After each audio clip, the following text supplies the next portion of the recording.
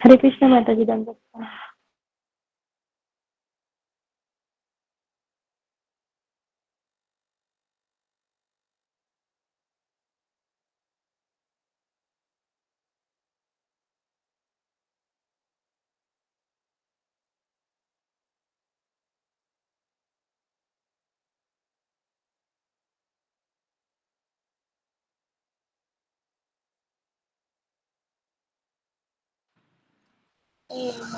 तेरे को दादा क्या बोले, पढ़ने बोले है ना, जाओ उठ के पढ़। माता जी हरे कृष्णा गुरु जी, हरे कृष्णा। समस्त दंडवत प्रणाम। वैष्णव भक्तों चरणों में दंडवत प्रणाम। सभी वैष्णव चरणों में दंडवत प्रणाम। दंडवत प्रणाम। दंडवत प्रणाम सभी को, दंडवत प्रणाम। हरे कृष्ण।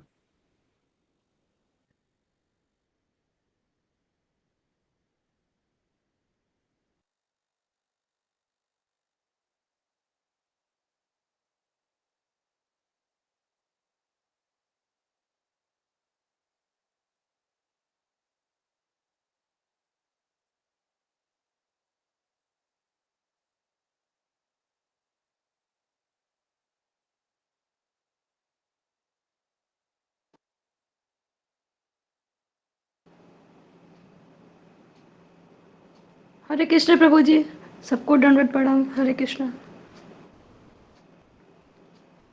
दंडवत प्रणाम माता जी, हरे कृष्णा। सभी भक्तों के चरणों में दंडवत प्रणाम।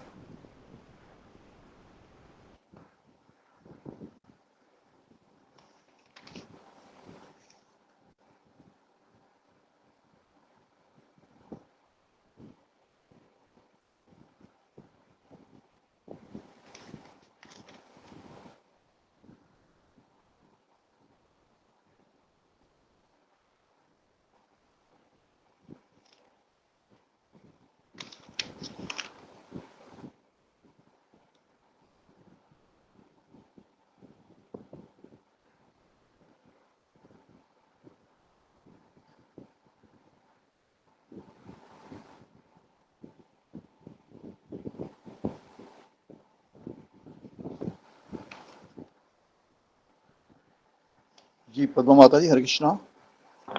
हरे कृष्ण प्रभु जी, दंडवत प्रणाम। सभी भक्तों को दंडवत प्रणाम। दंडवत प्रणाम माता जी। नरसिंह आरती कहिएगा। जी प्रभु।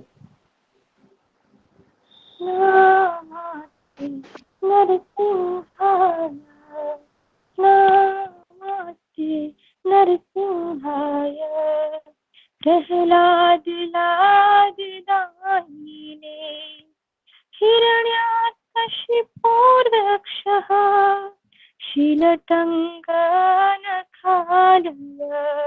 इतो नरसिंह करतो नरसिंह, यतो यतो यामि ततो नरसिंह, बहि नरसिंह हृदये नरसिंह, नरसिंहम् आदिशरणं प्रपद्ये, तव कर कमल वरेणखम्, अद्भुत शृंग दलिता हिरण्यकशिपु तनुभृङ्गम्, केशवधृता नरहरि रूपा, जय जगदीश हरे, जय जगदीश हरे, जय नरसिंह देव, नरसिंह देव, नरसिंह देव, जय नरसिंह देव, जय प्रहलाद महाराज, प्रहलाद महाराज, प्रहलाद महाराज, जय प्रहलाद महाराज, जय जय गुरुदेव, गुरुदेव, गुरुदेव, जय जय गुरुदेव, जय जय प्रभुपाद, प्रभुपाद, प्रभुपाद, जय जय प्रभुपाद। हरे कृष्ण प्रभु जी, दंडवत प्रणाम। सभी भक्तों के चरणों में दंडवत प्रणाम। धन्यवाद माता जी, बहुत सुंदर। जी माता जी, बस नाम अपना आप भी बोल दीजिएगा। जी प्रभु। भगवान नाम के जप में होने वाले 10 नाम अपराध इस प्रकार है। पहला, भगवान नाम के प्रचार में संपूर्ण जीवन समर्पित करने वाले महाभागवतों की निंदा करना। दूसरा, शिव ब्रह्मा आदि देवों के नाम को भगवान नाम के समान अथवा उससे स्वतंत्र समझना। तीसरा, गुरु की अवज्ञा करना अथवा उन्हें साधारण मनुष्य समझना। चौथा, वैदिक शास्त्रों अथवा प्रमाणों का खंडन करना। पांचवा, हरे कृष्ण महामंत्र के जप की महिमा को काल्पनिक समझना। छठा, पवित्र भगवान नाम में अर्थवाद का आरोप करना। सातवां, नाम के बल पर पाप करना। आठवां, हरे कृष्ण महामंत्र के जप को वेदों में वर्णित एक शुभ सकाम कर्मकांड के समान समझना। नौवां, अश्रद्धालु व्यक्ति को हरिनाम की महिमा का उपदेश करना। 10वां, भगवान नाम के जप में पूर्ण विश्वास न होना और इसकी इतनी अगाध महिमा श्रवण करने पर भी भौतिक आसक्ति बनाए रखना। भगवान नाम का जप करते समय पूर्ण रूप से सावधान न रहना भी अपराध है। प्रत्येक वैष्णव भक्त को चाहिए कि इन 10 प्रकार के अपराधों से सदा बचकर रहें, ताकि श्री कृष्ण के चरण कमलों में प्रेम शीघ्र अतिशीघ्र प्राप्त हो, जो मनुष्य जीवन का परम लक्ष्य। जी प्रभु जी। धन्यवाद माता जी, बहुत सुंदर। अब माता जी कल के बारे में बता दीजिएगा फाइनली। जी प्रभु जी। कल के बारे में सबसे पहले शुभ प्रभु जी आप बताते हैं सुबह के सत्र के बारे में। मैं उसको बताऊंगी, बहुत ज्यादा लंबा हो जाएगा। मैंने लिखा है, हमें डायरेक्ट जो गुरु जी बताते हैं वहां से स्टार्ट करते हैं प्रभु। गुरु जी ने बताया कि जगन्नाथ अष्टकम में भगवान की स्तुति बताई गई है। आज मतलब कल के दिन बहुत सारे भक्त जगन्नाथपुरी रथ यात्रा में गए हैं। हर कोई व्यक्ति इतना भाग्यशाली नहीं होता है कि जगन्नाथपुरी जाए और भगवान के दर्शन करे। मतलब कोई कोई भक्त होते हैं इतने भाग्यशाली। उसके बाद भगवान बताते गुरु जी बताते हैं जगन्नाथ भगवान का मंदिर द्वारिका का प्रतीक है और द्वारिका में ऐश्वर्य भाव है, और गुंडीचा मंदिर यह वृंदावन का प्रतीक है जहाँ माधुर्य भाव है। जगन्नाथपुरी यात्रा का मुख्य तत्व यह है कि श्रीमती राधा रानी और सभी गोपियां भगवान को अपने घर वृंदावन जाने के लिए प्रेरित करती हैं। द्वारिका में भगवान का जो स्वरूप है यह जगन्नाथ जी का ही स्वरूप है। जब राधा रानी और गोपियां कुरुक्षेत्र के युद्ध में आते हैं और उस समय वह भगवान को देखते हैं तो वो बहुत व्याकुल हो जाते हैं। मतलब भगवान की वह स्थिति को देखकर बहुत व्याकुल हो जाते हैं, और सारे ब्रजवासी और सारी गोपियां जितने भी लोग हैं सब लोग भगवान को देखकर व्याकुल हो जाते हैं, और फिर वह भगवान जगन्नाथ को गुंडीचा मंदिर लेकर जाते हैं। तो हमारे जो श्याम सुंदर भगवान जगन्नाथ है उनको वापस अपने घर ले जाने का जो भाव है उसे ही हम जगन्नाथ यात्रा कहते हैं। तो यदि हम एक लाइन में कहें, भगवान एक समय में वृंदावन को छोड़कर मथुरा जाते हैं, फिर मथुरा को छोड़कर द्वारिका जाते हैं, और फिर द्वारिका को छोड़कर कुरुक्षेत्र जाते हैं। तो वहां से गोपियां और राधा रानी उनको वृंदावन वापस लेकर आते हैं। जगन्नाथ जी और बलदेव जी के विग्रह का जो प्राकट्य होता है वह नील माधव विग्रह से होता है। यह विग्रह अदृश्य हो जाता है एक समय में, जब राजा के सपने में आता है कि मेरा जो ये नील माधव का जो स्वरूप है ये अब तो दिखाई नहीं देगा किसी को, लेकिन एक विशेष रूप में वापस प्रकट होगा। ऐसा भगवान जो राजा है उनके स्वप्न में जाकर बोलते हैं। इसके पीछे भी एक कथा है कि जगन्नाथ जी बलदेव सुभद्रा का ये स्वरूप कैसे प्रकट हुआ। मतलब भगवान का जो स्वरूप हम देखते हैं ना, जगन्नाथ जी बलदेव और सुभद्रा जी का स्वरूप किस प्रकार प्रकट हुआ, इसके पीछे भी एक कथा है। एक समय की बात थी जब भगवान द्वारिका में थे, उनकी जो 16,108 पत्नियां थी उनके साथ में। तो जब भगवान रात को शयन करते थे तो उनके मुंह से राधा, गोपी, वृंदावन, यशोदा मैया ऐसे सब शब्द निकलते थे। तो भगवान की जो पत्नियां हैं जैसे रुक्मणी, सत्यभामा जी और सारी जितनी भी 16,108 पत्नियां थी, उनकी शिकायत होती थी कि कृष्ण सोते समय वृंदावन, राधा, गोपी ये शब्द उनके मुंह से निकालते थे। तो ये सभी कहते थे कि ये राधा कौन, वृंदावन क्या है, गोपियां कौन। तो उन सभी रानियों ने एक बैठक की गई। तो द्वारिका में सिर्फ एक ही व्यक्ति ऐसा था जो उनके जो ये सवाल है कि राधा कौन थी, वृंदावन क्या है, इन सभी सवालों का उत्तर दे सकता था, जिनको ये सब पता था कि राधा कौन है, वृंदावन क्या है, गोपियां कौन है। और उन्होंने द्वारिका की लीलाएं भी देखी है और वृंदावन की लीलाएं भी देखी है। तो उनका नाम रोहिणी मैया है, जो वासुदेव जी की पत्नी है एवं बलराम जी की माता भी थी।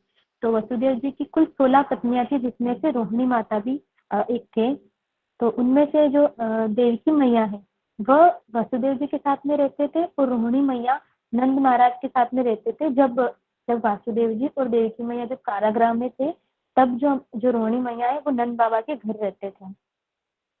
तो भगवान की 16,108 पत्नियां रोहिणी माता के पास चली गई और कहा कि हमें आपसे कुछ पूछना है। तो रोहिणी मैया कहते हैं कि क्या पूछना है। तो वह सभी पूछती है कि ये राधा कौन है, वृंदावन कौन है, गोपिया कौन है। रोहिणी माता परेशान हो गई, मतलब वो आश्चर्यचकित हो गए और उन्होंने कहा कि आप यह सवाल मुझसे द्वारिका में पूछ रहे हैं, आपको पता है इससे क्या होगा। आपके जो कृष्ण है ना वो आपको छोड़कर चले जाएंगे, वृंदावन वापस चले जाएंगे। तो सोच लो ये पूछने से पहले कि मैं बताऊं या नहीं बताऊं। तो जो 16,108 पत्नियां कहती है कि इसमें सोचने वाली कौन सी बात है, हमें पता करना है कि हमारे पति कृष्ण के हृदय में कोई और दूसरी ओर कैसे रह सकते हैं। हम तो इनसे इतना प्रेम करते हैं, इनके बिना हम रह ही नहीं सकते, और हमारे कृष्ण में के हृदय में तो राधा राधा है। तो ये राधा कौन है, आज तो हमें ये उत्तर चाहिए ही चाहिए। तो रोहिणी मैया बोलती है कि कल हम बैठक करते हैं और मैं आपके बीच बैठूंगी और आपको पूरी कहानी बताऊंगी। लेकिन मुझे एक डर है कि यदि यह कहानी कृष्ण को ने सुन ली तो इसका नतीजा ये होगा कि आपके जो कृष्ण है वो आपके साथ नहीं रहेंगे, वो वृंदावन वापस चले जाएंगे। तो आप सोच लीजिए। तो फिर इसका उपाय यह निकाला कि हम सुभद्रा मैया जो है, सुभद्रा माता जो है, जो कि भगवान श्री कृष्ण की बहन है छोटी, उनको दरवाजे के पीछे खड़ा करेंगे ताकि कृष्ण को इन कथाओं का कोई आभास ही ना हो और उनको पता ही ना चले।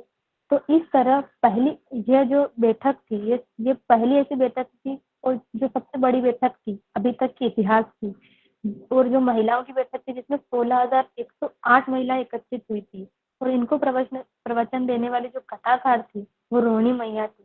तो फिर कथा शुरू हुई और जैसे ही कथा शुरू हुई तो रुक्मणी, सत्यभामा और बाकी जितनी भी 16,108 पत्नियां थी भगवान की, उन्होंने अपने आंखें और कान एकदम खुले रखकर सुनना शुरू कर दिया। मतलब एकदम एकदम पूरे डेडिकेशन के साथ वो सुन रहे थे, क्योंकि उनको राधा नाम का रहस्य जानना ही था कि क्योंकि आज उनको जो राधा नाम है उसका रहस्य मतलब पता चल रहा है, इसलिए वो एकदम ध्यान से सुन रही थी।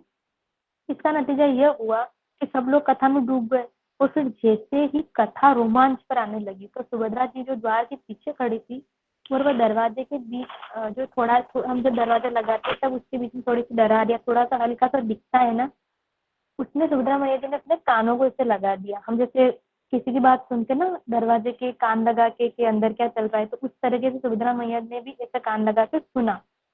तो वो भी सुनने लगी और जब वो सुनते ही जा रहे थे उनको इतना आनंद आ रहा था, तो सुनते सुनते वो महाभाव के स्तर पर पहुंच गई। तो उनकी आंखें एकदम बड़ी हो गई, तो उनके हाथ और पैर अंदर चले गए।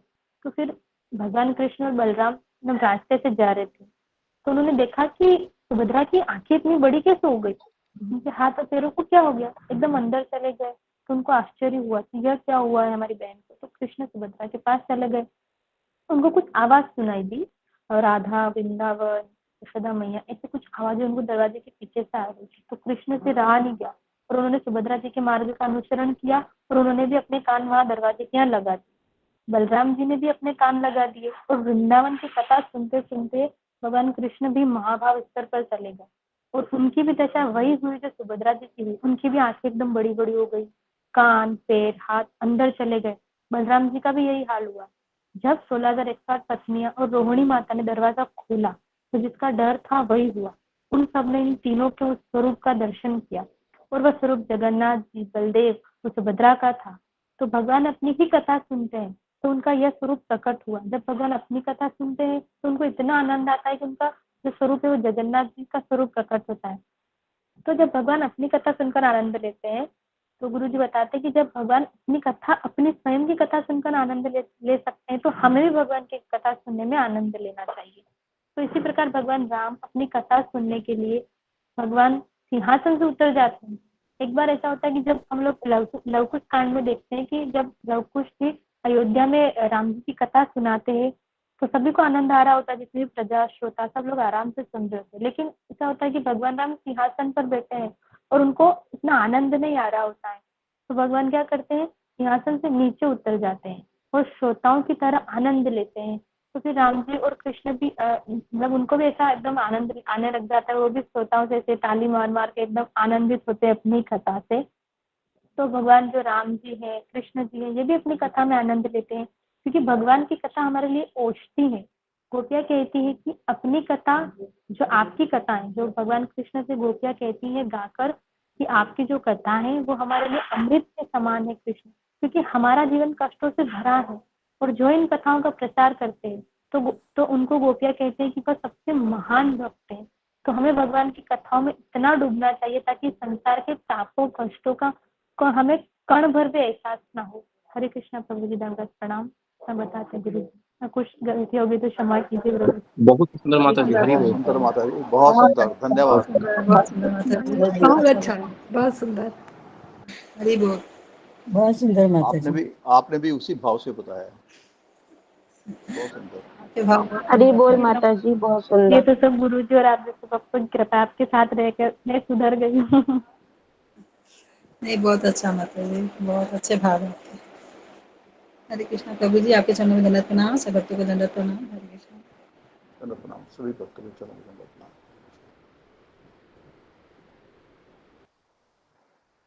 हरे कृष्णा प्रभु जी, दंडवत प्रणाम। गुरु जी नहीं आते तब तक मैं भजन सुनाऊं एक। हाँ सुनाइए माता जी।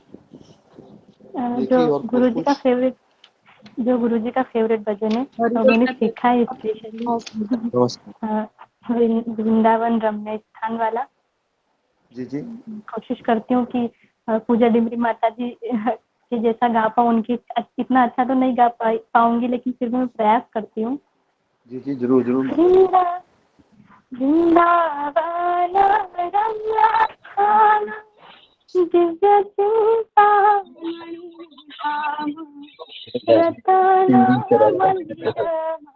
हरे कृष्णा।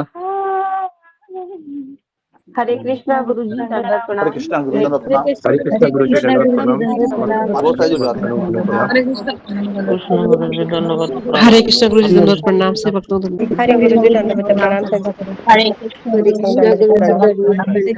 दंडवत प्रणाम, सभी भक्तों को दंडवत प्रणाम। हरे कृष्णा।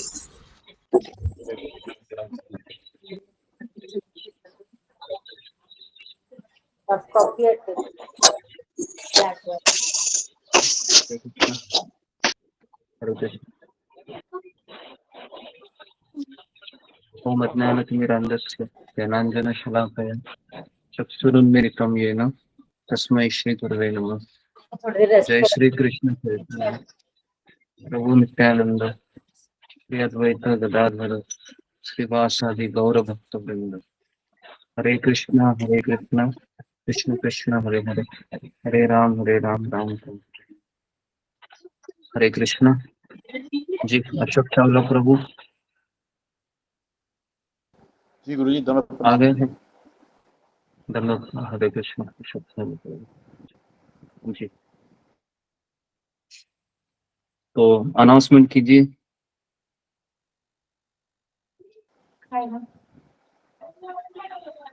गुरु जी चरणों तो में दंडवत आज प्रणाम। से, हाँ ओके जी, अनाउंसमेंट कीजिए। जी सभी भक्तों के चरणों में दंडवत प्रणाम, गुरु चरणों में दंडवत प्रणाम। जो भी नए भक्त आए हैं हम उनका स्वागत करते हैं सत्संग की तरफ से, गुरु जी की तरफ से। और सब भक्तों के लिए कृपया जब भी क्लास होती है, गुरु जी आते हैं, उसके बाद सबका कैमरा ऑन होना चाहिए और आप कैमरे में दिखना चाहिए। ये एक नियम है और हम बार बार, हम पुराने भक्त भी इसे तोड़ देते हैं, इसे फॉलो नहीं करते। ये एक अपराध है, गुरु अपराध है। तो कैमरा ऑन होना चाहिए, आपका माइक म्यूट होना चाहिए। अगर आपको कुछ पूछना है तो आप हैंड रेज कर सकते हैं। आपके मोबाइल में लेफ्ट हैंड से चौथा बटन हैंड रेज का है, उसे दबाइए, आप हैंड रेज कर सकते हैं। और कक्षा के क्लास के अंत में 15-20 मिनट हमें गुरुजी क्वेश्चन आंसर करते हैं। जिनको कोई प्रॉब्लम है, कोई समझ में नहीं आया तो उसे दोबारा से समझाते हैं, उनकी शंका का समाधान करते हैं। तो ये अनिवार्य है, कृपा करके अपने कैमरा ऑन रखिए और अपना माइक म्यूट रखिए। धन्यवाद। हरे कृष्णा जी। गुरु जी हरे कृष्णा, धन्यवाद प्रणाम।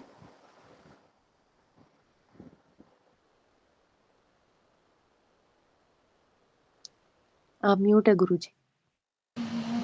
जी हमारा कौन सा श्लोक शुरू था अशोक चावला? गुरु जी 18 श्लोक करना है, 3.18। 3.18 ओके। इसका तात्पर्य हुआ था क्या 17 का? जी जी 17 का तात्पर्य, आपने 15 क्वेश्चन लिखवाए थे उसके। ओके ठीक है। ओके तो हम 18 श्लोक लेते हैं।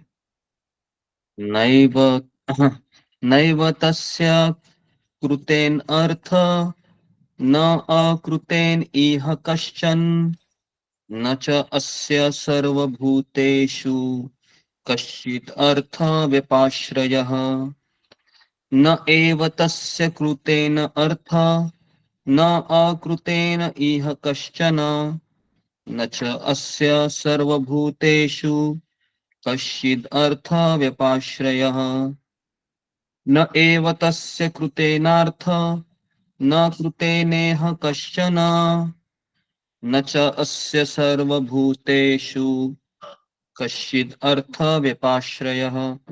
जी, कोई पढ़ना चाहेगा? जी गुरुजी। न एव तस्य कृतेन अर्थ न अकृतेन हि कश्चन न च अस्य सर्वभूतेषु कश्चित् अर्थ व्यापश्रया। धन्यवाद। संपा माता जी, हरे कृष्णा। हरे कृष्ण।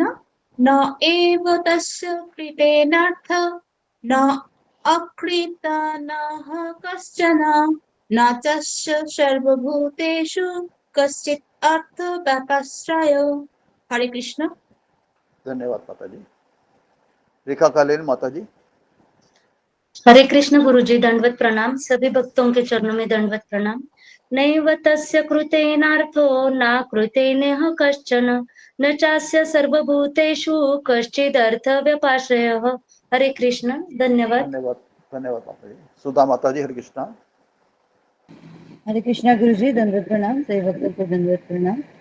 न एव तस्य कृतेन अर्थः न अकृतेन इह कश्चन च अस्य सर्वभूतेषु कश्चित् अर्थव्यापाश्रयः।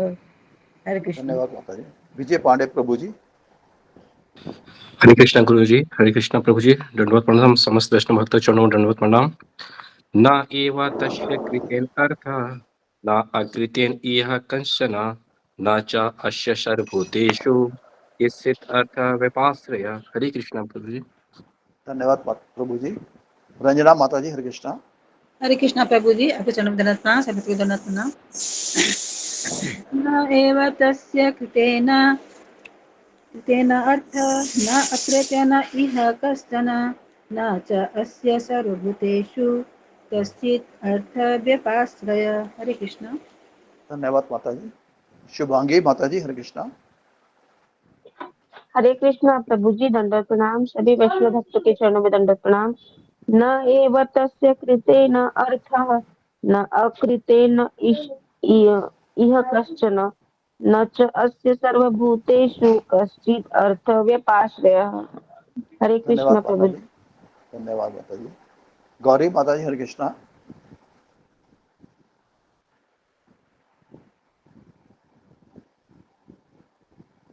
गौरी राठौर माता जी।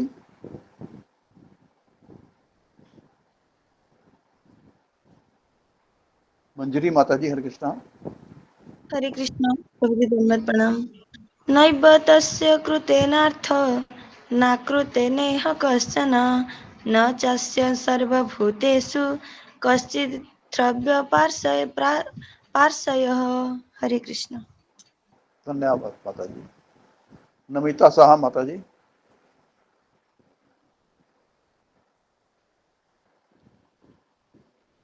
नमिता माता जी, हरे कृष्णा। हरे कृष्णा प्रभु जी। कितने श्लोक है प्रभु जी?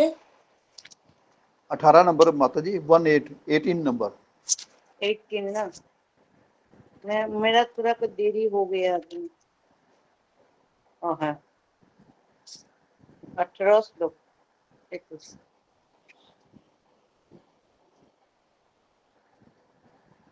हरे कृष्णा गुरु जी, आपके चरणों में कोटि कोटि प्रणाम गुरु जी। सब भक्तों को चरणों में प्रणाम। न तस्य करते न अर्थ न अकीर्ते न यह कंचन न च वो सर्वभूतेषु कश्चित् व्यपाश्रय। हरे कृष्णा प्रभु जी, प्रणाम। धन्यवाद माता जी। मोहित पूर्ण प्रभु जी, हरे कृष्णा। हरे कृष्ण प्रभु जी, दंडवत प्रणाम। सभी भक्तों को दंडवत प्रणाम। न एव तस्य कृतेन अर्थः न अकृतेन इह कश्चन ना च अस्य सर्वभूतेषु कश्चित् अर्थः व्यापाश्रयः। हरे कृष्ण प्रभु जी। धन्यवाद प्रभु जी। गायत्री माता जी, हरे कृष्णा।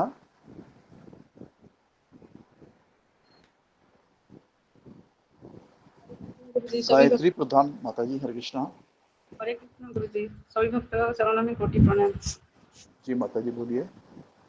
तस्य कृतेनार्थो न कृतेनेह कश्चन न च अस्य सर्वभूतेषु कश्चित् अर्थ व्यपाश्रयः। धन्यवाद माता जी। अनुराधा गोयल माता जी, हरे कृष्णा। हरे कृष्णा प्रभु जी, दंडवत प्रणाम। सभी भक्तों के चरणों में दंडवत प्रणाम।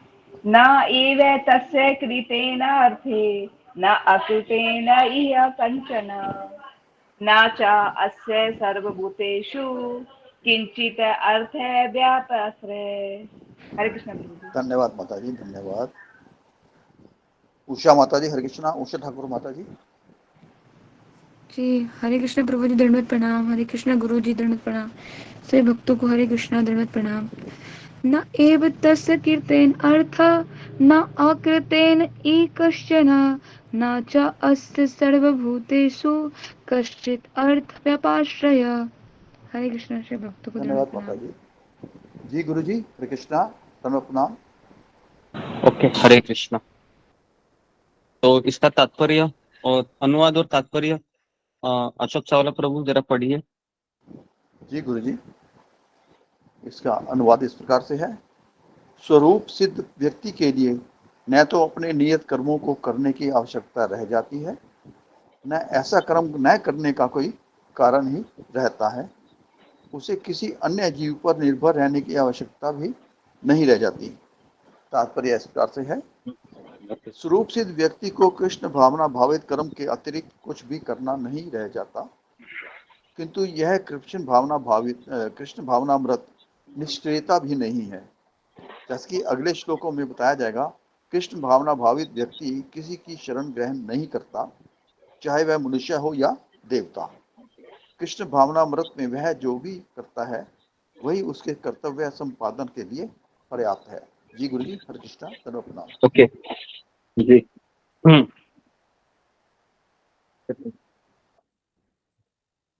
हाँ, तो न एव तस्य कृतेनार्थ न कृतेन इह कश्चन न चास्य सर्वभूतेषु कश्चित् व्यर्थ व्यपाश्रयः। तो स्वरूप सिद्ध व्यक्ति के लिए न तो अपने नियत कर्मों को करने की आवश्यकता रह जाती है, न ऐसा कर्म न करने का कोई कारण रहता है। क्यों नहीं रहता ऐसे? लास्ट टाइम हमने, कौन मुझे बताएगा कि कौन व्यक्ति है जिसको कर्तव्य नहीं है? पहला सवाल है जी, पहला सवाल लिखिए। किस व्यक्ति को दुनिया में या संसार में कोई कर्तव्य नहीं है? पहला सवाल लिखिए। किस व्यक्ति के लिए इस संसार में कोई कर्तव्य नहीं है? पहला सवाल लिखिए। किस व्यक्ति के लिए इस संसार में कोई कर्तव्य नहीं है? जी, तो सब लोग अपने कैमरा को ऑन कीजिए और कैमरा में आपको दिखने चाहिए। जो लोग नहीं दिख रहे मैं उनको रिमूव कर रहा हूँ। बाद में फिर आप अपने आप को एडजस्ट गुरु जी कीजिए। एक बार और प्रश्न बोल देंगे? हाँ, बोलता हूँ मैं कि इस संसार में कौन से व्यक्ति के लिए कोई कर्तव्य नहीं रहते हैं? हरे कृष्ण प्रभु जी। दोनों काम पर जी हरे कृष्णा प्रभु जी। मैं शॉप पर हूँ थोड़ा, तो मेरे लिए कैमरा बार बार इसलिए दिखा पाना थोड़ा मुश्किल है। बस सुन रहा हूँ मैं प्रभु जी। ठीक है, ओके। सॉरी प्रभु जी। हरे कृष्णा प्रभु जी। ओके, तो जी, किस व्यक्ति के लिए इस संसार में कोई कर्तव्य नहीं है? लिखा आपने? सबने लिखा? यस जी, क्या लिखा नंदा राने?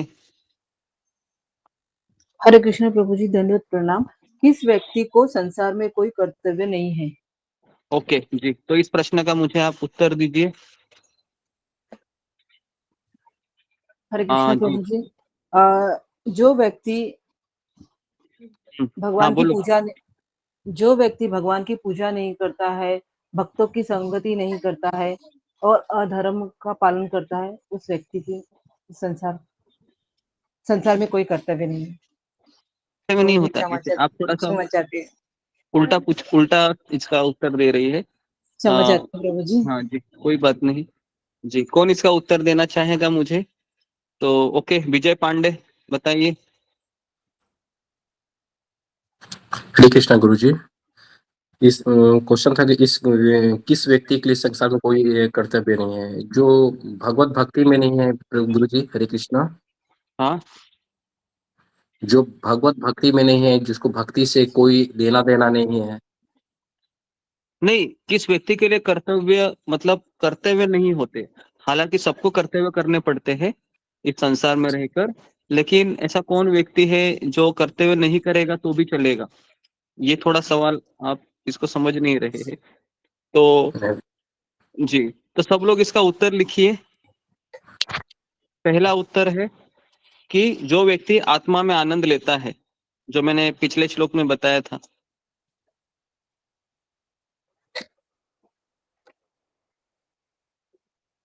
ओके जी, जो व्यक्ति आत्मा में आनंद लेता है।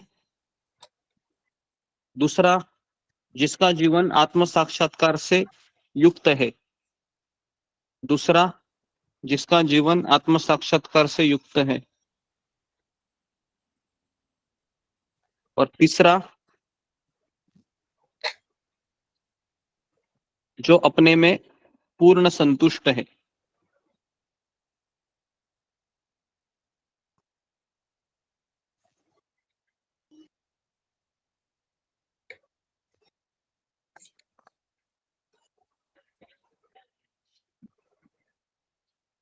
तीसरा, जो अपने में संतुष्ट है।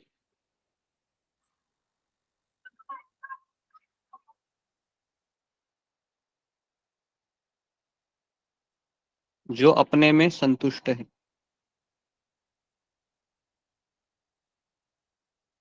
ओके, जो तीन है।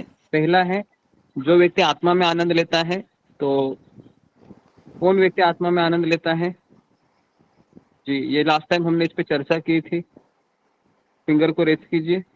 ओके, रेखा काळे बोलो, कौन व्यक्ति आत्मा में आनंद लेता है? हरे कृष्ण गुरु जी, दंडवत प्रणाम। सभी भक्तों के चरणों में दंडवत प्रणाम।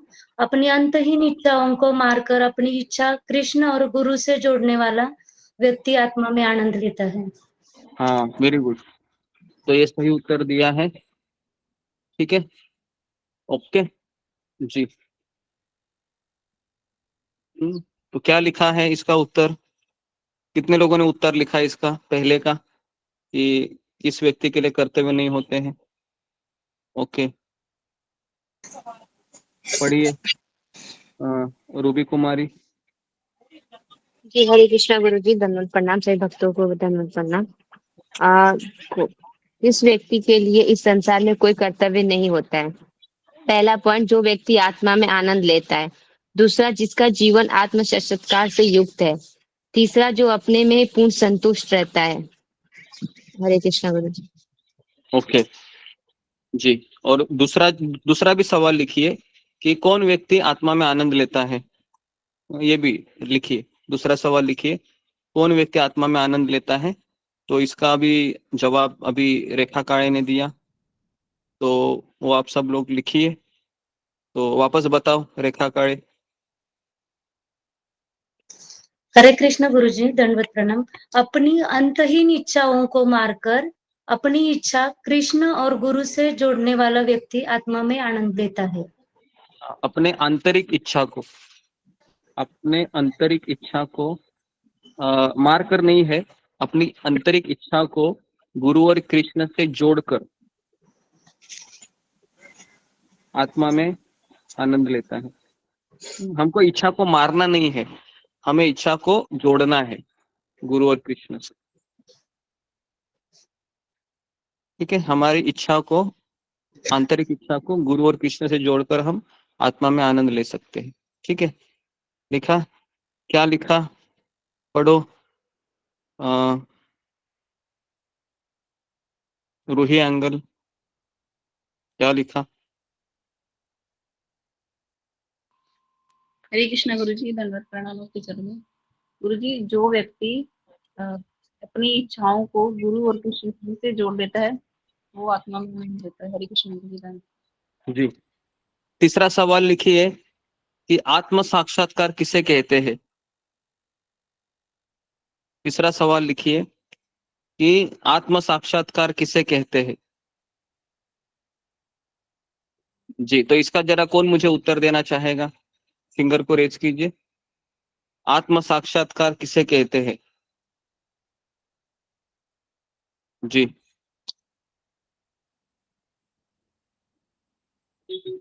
अनुराधा, कोयल। हरे कृष्णा प्रभु जी, दंडवत प्रणाम। प्रभु जी, जब हमें ये पता लग जाता है हम कौन है, कहाँ से आए हैं, कहाँ जाएंगे। जी, आत्म साक्षात्कार किसे कहते हैं, वो तो एक जिज्ञासा है जो आप कह रही हो ना, उसको कहते हैं आत्म जिज्ञासा, कि हम कौन है, कहाँ से आए हैं, भगवान कौन है। लेकिन आत्म साक्षात्कार किसे कहेंगे हम, जी बताइए। जिसे आत्मा और परमात्मा का ज्ञान हो जाता है जिसे। नहीं नहीं, जी ओके, नेक्स्ट पद्मा पराशर। हरे कृष्णा गुरु जी, दंडवत प्रणाम। कोई भक्ति दंडवत प्रणाम। जो व्यक्ति ये जान लेता है कि मैं शरीर नहीं आत्मा हूँ और भगवान का नित्य सेवक हूँ, यही आत्म साक्षात्कार है। हाँ, ये उत्तर सही है, लेकिन जो व्यक्ति है ये जान लेता है कि मैं शरीर नहीं, मैं आत्मा हूँ, भगवान का सेवक हूँ, इसी भाव से वो 24 घंटे रहता है, उसी भाव से वो 24 घंटे रहता है, उसको कहते हैं आत्म साक्षात्कारी व्यक्ति। लिखिए इसको, सब लोगों को समझ में आया होगा कि जो व्यक्ति ये जान लेता है कि मैं मिस्टर राहुल, मिस्टर रमेश या मिस्टर अनीता, सुनीता ये नहीं हूँ, मैं भगवान का अंश हूँ, या मैं आत्मा हूँ, मैं सेवक हूँ, और इसी भाव में वह 24 घंटा रहता है, उसको कहते हैं आत्म साक्षात्कारी, आत्म साक्षात्कारी व्यक्ति। जी, तो अभी गुरु जी एक बार और बोल दीजिए। हरे कृष्णा गुरु जी। हाँ, गुरु जी एक बार और बोल दीजिए। हाँ, जो व्यक्ति ये जान लेता है कि मैं शरीर नहीं हूं, मैं आत्मा हूं, मैं शरीर नहीं, मैं आत्मा हूं, मैं भगवान का सनातन सेवक हूं,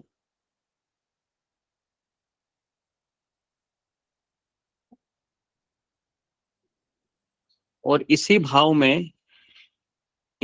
में वह 24 घंटा स्थित हो रहता है, इसी भाव में वह 24 घंटा स्थित रहता है, उसको आत्म साक्षात्कारी व्यक्ति कहते हैं,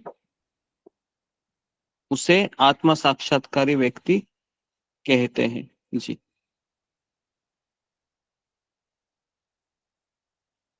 उसे आत्म साक्षात्कारी व्यक्ति कहते हैं। ठीक है जी, तो अभी मुझे एक सवाल है कि आप में से कितने लोग आत्म साक्षात्कारी है, यहाँ पर फिंगर को रेज कीजिए इस व्याख्या से अनुरूप।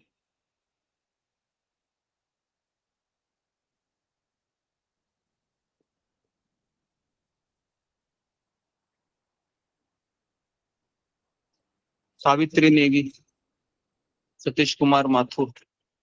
हरे कृष्णा गुरु जी, दंडवत प्रणाम गुरु जी। गुरु जी, जब हम भक्ति में आते हैं, अपने गुरु से जुड़ते हैं, तो हमारी आत्मा साक्षात्कार होता है। आत्म साक्षात्कार ये ऐसा चीज होता है कि हम 24 घंटे हम उसी चेतना में रहते हैं, है ना। तुमने तो कल क्लास नहीं की, बराबर है, बाहर गई थी, तो कैसे आत्म साक्षात्कारी तुम हो सकती हो, है ना, बराबर है। क्षमा करें गुरु जी।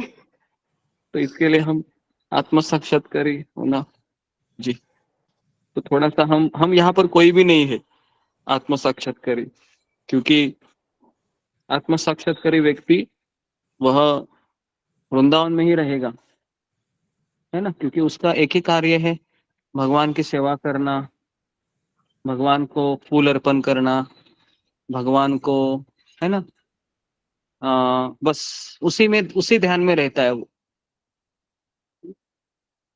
और इससे भी बड़ा आत्म साक्षात्कारी व्यक्ति वो है जो शिल प्रभुपाद जी की तरह अपने आध्यात्मिक गुरु का ही ध्यान करते हुए जीता है, उनकी आज्ञा का पालन करते हुए जीता है ना। तो ये दूसरी चीज है। ठीक है, तीसरा लिखिए कि कौन व्यक्ति पूर्णतया संतुष्ट है। इस संसार में कौन व्यक्ति पूर्णतया संतुष्ट है? तीसरा सवाल, इस संसार में कौन व्यक्ति पूर्णतया संतुष्ट है?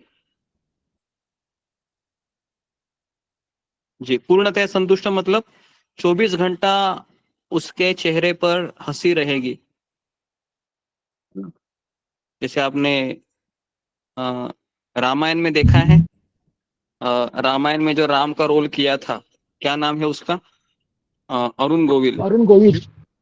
ठीक, तो आपने उनको देखा है, एक छोटी सी स्माइल करते हुए उसको दिखाया गया है, बराबर है, पूरा रामायण में, है ना, कैसा वो हास्य करता है अरुण गोविल रामायण में। लेकिन वह पूर्णतः संतुष्ट है क्या? अगर वह रामायण सीरियल से बाहर आएगा तो अपने घर में, नहीं, है ना, नहीं गुरु जी। बराबर है। क्या उनकी पत्नी बोलेगी क्या तुमने मार्केट से सामान नहीं लाया? तो क्या वो ऐसे स्माइल करके दिखाएगा राम के जैसे, जैसे रामायण में करता है? नहीं, सही करेगा। ठीक है, तो पूर्णतया संतुष्ट कौन है? तो क्या इसकी व्याख्या देंगे आप? कौन संतुष्ट है पूर्णतः? फिंगर को रेस कीजिए। कौन व्यक्ति है? जी बताइए। परवीन शाही। हरे कृष्णा गुरु जी, दंडवत प्रणाम। सभी भक्तों को मेरा दंडवत प्रणाम। गुरु जी, जो ऐसे एसोसिएशन, बुक्स, चैंटिंग, ये सारे रूल्स फॉलो करता है और जो ज्ञानी होता जी हम भी करते हैं वो, 20 साल हो गए, लेकिन पूर्णतया संतुष्ट अभी भी नहीं है। और जी अभय यादव। हरे कृष्ण प्रभु जी, काम तो जी पूर्णतः संतुष्ट व्यक्ति वही है जो मतलब अगर भक्ति में रहते हुए अपने गुरु के निर्देशों का, आदेशों का पालन करते उनकी सेवा करता रहता है, तो वही व्यक्ति पूर्णतः संतुष्ट हो सकता है। जी जी जी, इसमें एक पॉइंट तो कवर आ गया कि वह गुरु की इच्छा को लेकर ही अपने जीवन में चलता है। और दूसरा पॉइंट इसमें ये लिखिए कि अपने मन की इच्छा को वह स्वीकार नहीं करता है। ये दूसरा पॉइंट लिखिए उसमें। कौन व्यक्ति पूर्णतः संतुष्ट है? जो अपने मन की इच्छाओं को अस्वीकार करता है और गुरु की इच्छा को स्वीकार करते हुए चलता है। या फिर ऐसा लिखिए, अपनी पसंद और अपनी नापसंद इसको छोड़कर गुरु और कृष्ण की पसंद और नापसंद के लिए जीता है।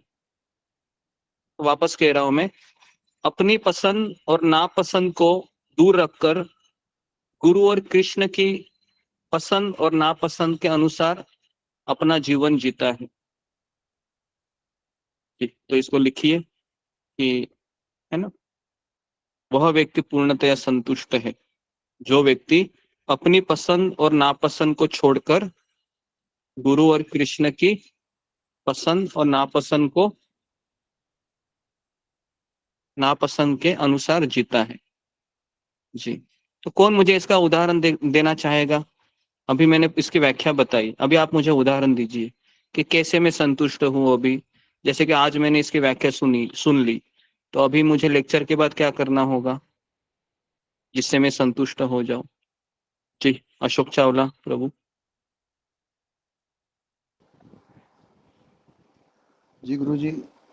हाँ, कैसे इसको हम डिफाइन करेंगे?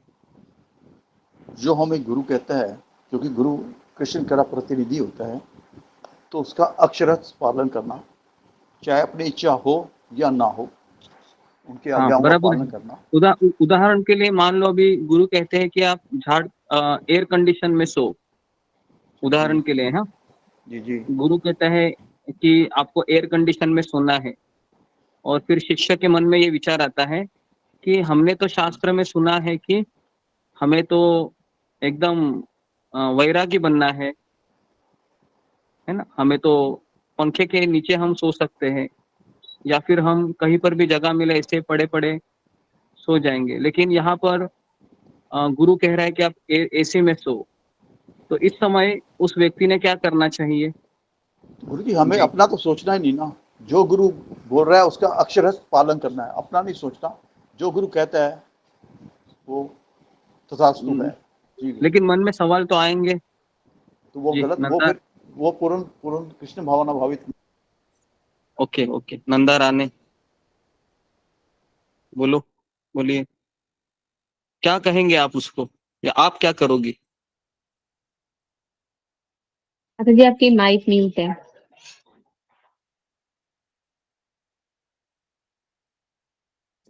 गुरु हरे कृष्णा प्रभु जी, हरे कृष्णा प्रभु जी। हाँ बोलिए, आगे बोलिए। हाँ प्रभु जी, जैसे कि आप कहते हैं ना कि सवेरे 4 बजे उठकर जब सत्र में आना चाहिए, तो हाँ हाँ आपके आज्ञा का पालन करना चाहिए। ये हम नहीं करते, तो वो हमें ऐसा नहीं करना चाहिए, हमें अब गुरु की आज्ञा का पालन करना चाहिए।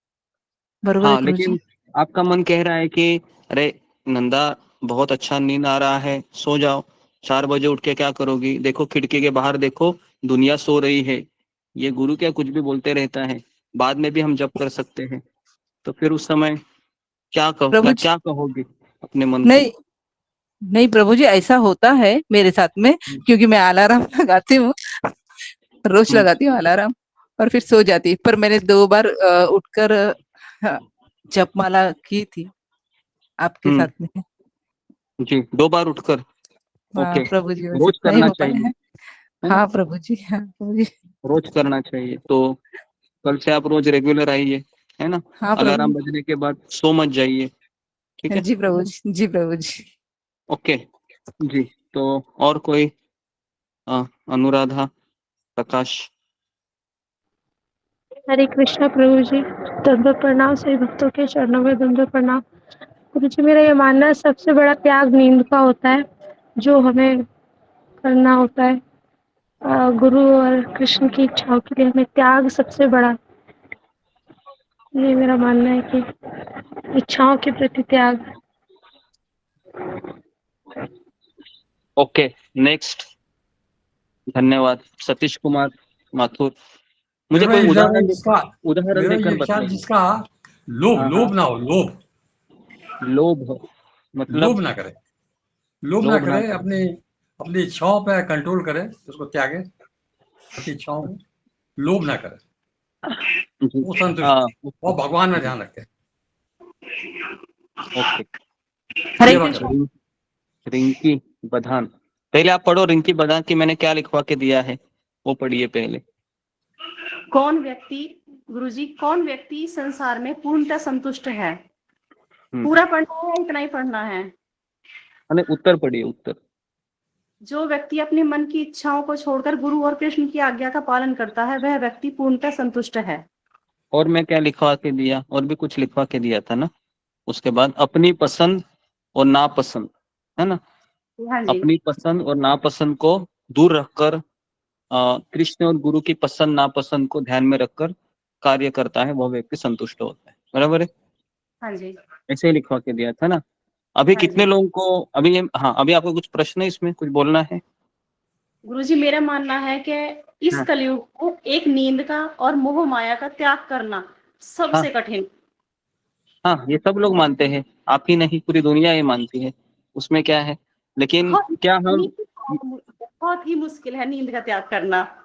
नहीं नहीं, ये आप गलत बोल रही है। अभी मैं अगर आपको कहूँ कि आपको सुबह 4 बजे की नौकरी में दे रहा हूँ, हाँ सुनो अभी, और उसमें मैं आपको 1 लाख रुपए की तनख्वाह दे रहा हूँ अभी, है ना? तो तो उस उसमें, समय हाँ जी, आप उठोगे कि नहीं उठोगे? तो माया आ बताइए गई, अभी।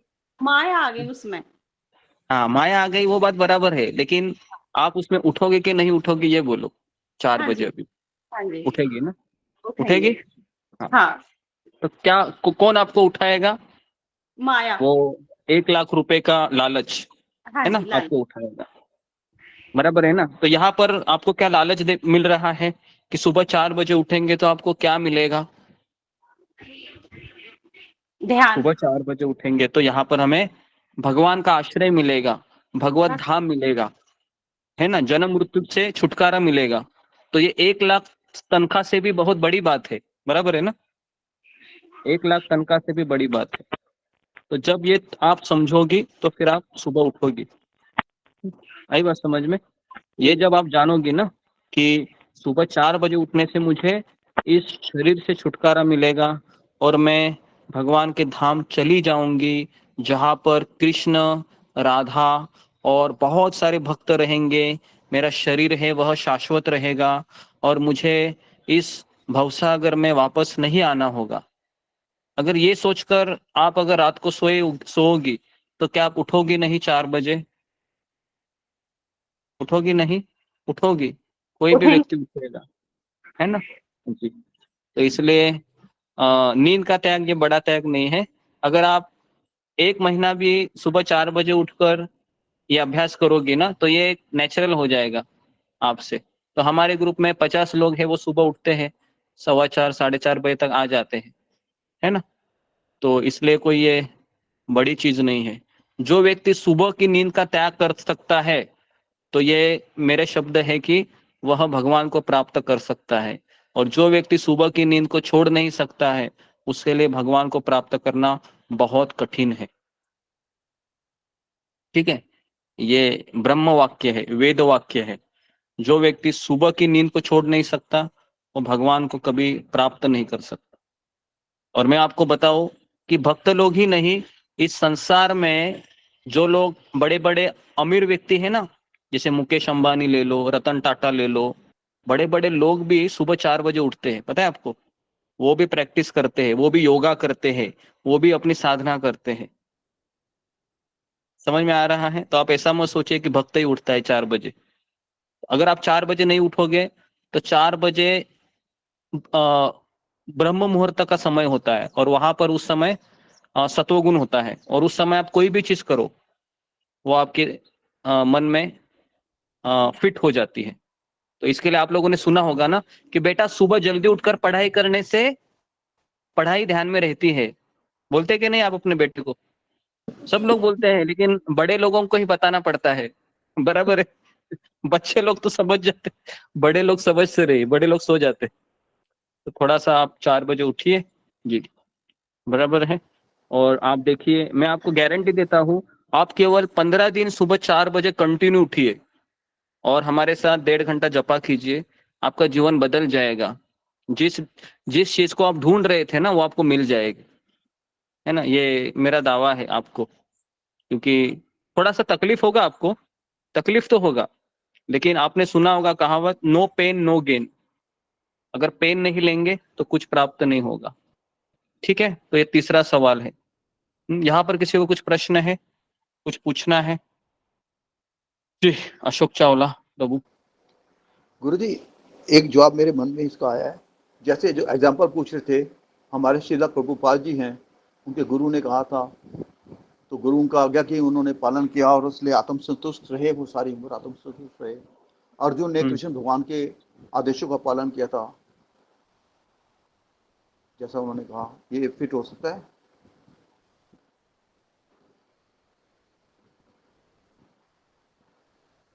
इस एग्जाम्पल में वापस कहिए, मुझे आवाज सुनाई नहीं दिया, बाद में गया था आवाज।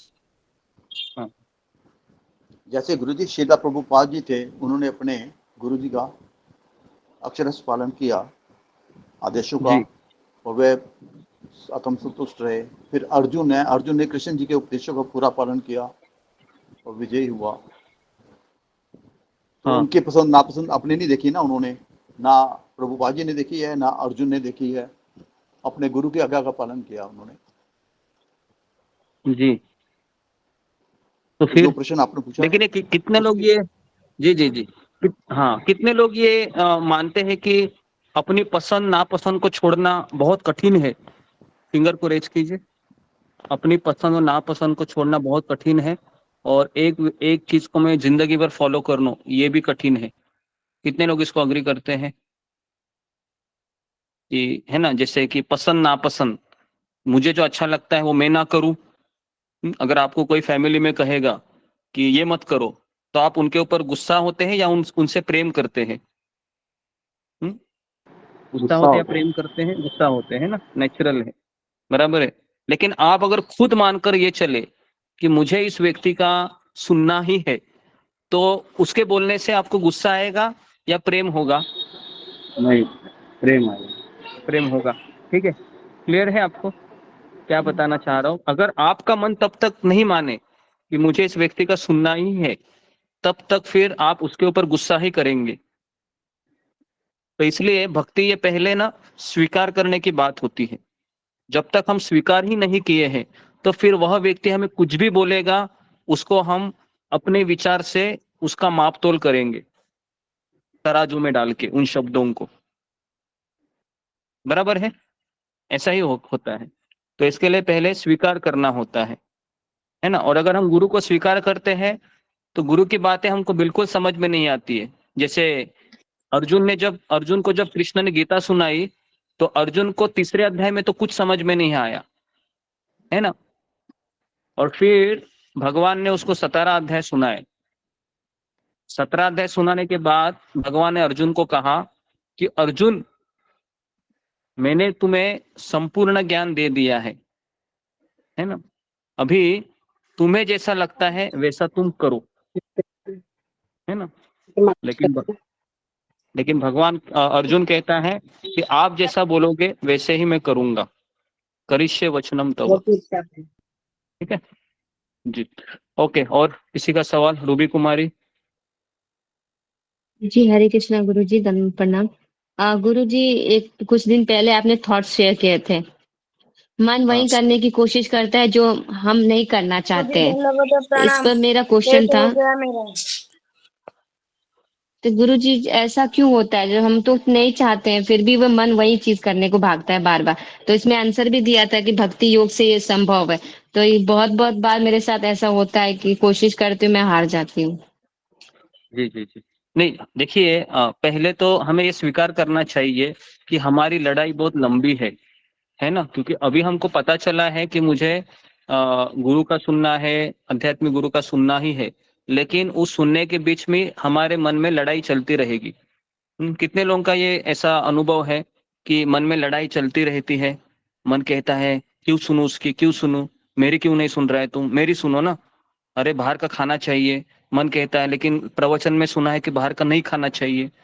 तो फाइटिंग रहती है ना मन में, हमेशा वो चलता रहता है कि क्या करे क्या करे क्या करे, बराबर है। और कई बार ऐसे होता है कि मन विजयी होता है, बराबर है, मन विजयी होता है, और हम एक बार कभी तो विजयी होते हैं। जैसे हफ्ते में अगर 6 बार मन विजयी हुआ, एक बार हम विजय होंगे, और उसके पश्चात धीरे धीरे क्या होगा, फिर आप 5 बार मन विजय होगा, फिर आप 2 बार विजयी होंगे।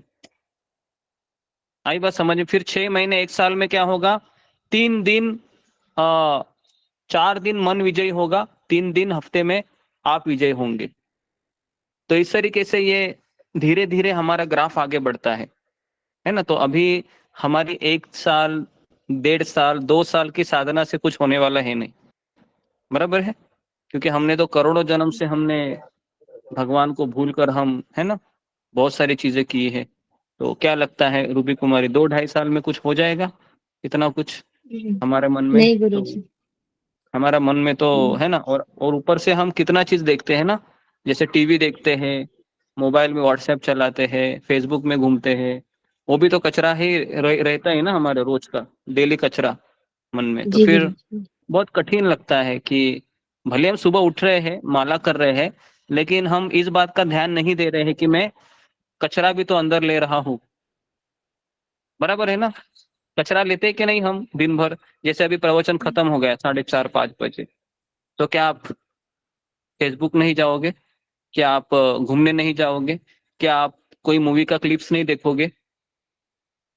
क्या लगता है, क्या आपका कोई बॉलीवुड का सॉन्ग अगर अचानक आपके घर में किसी ने लगाया तो क्या आप वो नहीं सुनोगे? बहुत सारी चीजें हैं ना, तो कचरा भी तो अंदर आ रहा है। तो इसके लिए थोड़ा कठिन है, लेकिन अगर हम प्रामाणिक है, सीरियस है, तो हम धीरे धीरे प्रोग्रेस करेंगे। तो इसलिए हमें हताश नहीं होना चाहिए, निराश नहीं होना चाहिए। ठीक है रूबी कुमारी? जी गुरु जी, इसमें एक और लाइन लिखी है कि हाँ। जिस तरह फर्श पर पानी स्वाभाविक रूप से उस दिशा में बहता है जिस दिशा में फर्श झुका हुआ होता है, तो उसी तरह हमारी हाँ। चेतना स्वाभाविक रूप से उस दिशा में बहती है जिस दिशा में हमारी मानसिक फर्श झुका हुआ होता है।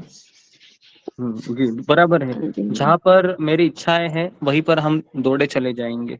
जैसे कि अभी तुमको अगर अच्छे अच्छे गहने पहनना अच्छा लगता है, तो अगर कोई आपको ये गहने पहनने का सुझाव देंगे, तो तुरंत हमारा फर्श है वो, है ना, उधर ही हमारी इच्छाएं बढ़ेगी। तो इसलिए कांस्टेंट उसी थॉट में लगे रहना कि मुझे उसी इच्छा को फॉलो करना है ना, उसको कहते हैं कांस्टेंट विजिलेंस। मतलब 5-5 मिनट 10-10 मिनट में अपने को चेक करते रहना, कुछ मैं गड़बड़ तो नहीं कर रहा हूँ, समझ में आ रहा है ऐसे। लेकिन उसके लिए बहुत कठिन होगा, क्योंकि हम एक बार कोई चीज में घुस गए फिर हमें ध्यान ही नहीं रहता है कि क्या सही और क्या गलत है। बराबर है? पूरा हम वह कार्य कंप्लीट करके बाहर आते हैं और फिर हम ऐसे सर पे हाथ मारते हैं कि ये क्या हो गया। बराबर है? ऐसे कितने लोगों के साथ हुआ है कि पूरा कंप्लीट हो जाता है कार्य और फिर हमको लगता है कि बाप रे ये क्या हो गया मेरे से, और फिर हम सोचते हैं कि गड़बड़ हो गया, अब हम क्या करें। तो इसमें भक्त है ना, दो चीजें करता है। एक तो ये सोचता है कि भक्ति मेरे बस की बात नहीं है, छोड़ देता हूं मैं। और दूसरा भक्त इसमें ये सोचता है कि मेरे से गड़बड़ हुई है, कल मैं एक्स्ट्रा माला करूंगा या कल मैं एक्स्ट्रा माला करूंगी। आई बात समझ में किस तरह से होता है? ये कितने लोगों को ये बात क्लियर हो गई? फिंगर को रेज कीजिए कि जैसे कि मन में ये चीजें चलती रहती है तो हम डिफीट होंगे, हम हारेंगे। मैं गारंटी देता हूं कि अभी आपने प्रवचन भी सुना, आपको फॉर्मूले भी पता चले, लेकिन शाम को हमारे घर में ऐसा कुछ किस्सा हो जाएगा या मन में ऐसी कोई बात प्रवेश करेगी कि हम हार जाएंगे। ये भी मैं कह रहा हूं। तो अगर आप हार गए तो क्या सोचना है बताइए, क्या सोचेंगे हार गए तो? जी सुमिता सिन्हा बोलो, हार हरे गए कृष्ण तो क्या सोचेंगे? सभी भक्तों को दंडवत प्रणाम। गुरु जी, अगर हार गए मन से तो मन को पनिशमेंट देना है, जैसे आपने बताया कि एक्स्ट्रा माला करना है, तो उसको उस तरीके से कुछ करना होगा कि पनिशमेंट देना होगा, मतलब कि स्ट्रिक्ट वाला, हल्का वाला नहीं। हरे कृष्ण। जी और अनुराधा गोयल? हरे कृष्णा प्रभु जी हमें ये सोचना है कि अगर अब हम हार गए कोई बात नहीं, आगे से नहीं हारूंगी, ऐसे हमें कोशिश करते रहना चाहिए उत्साह के साथ जी आगे से भी। ओके। देखिए सब लोग लिखिए, ये सवाल लिखिए, अगर मैं भक्ति करते हुए हार गया या हार गई तो मुझे क्या करना चाहिए? जी सवाल लिखिए, अगर भक्ति करते करते अचानक मैं हार गई अपने मन से या मैं हार गया तो मुझे क्या करना चाहिए? बहुत इंपॉर्टेंट क्वेश्चन है ये, क्योंकि हम हारेंगे।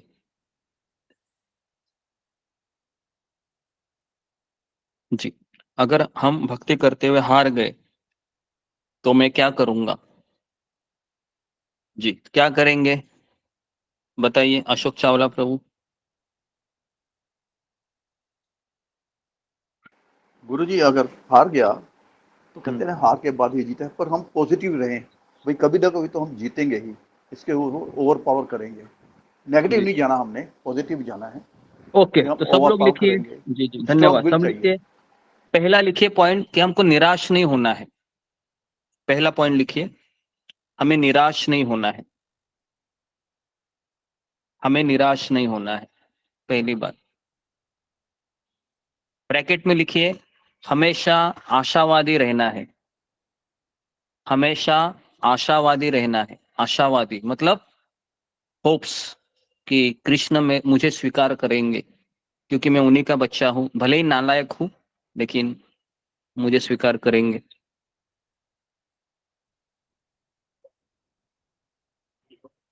ठीक है, निराश नहीं होना है।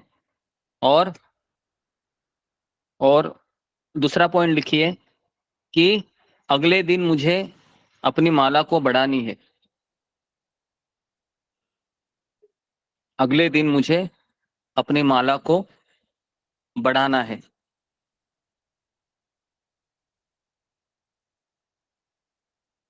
अगले दिन अपनी माला को बढ़ाना है।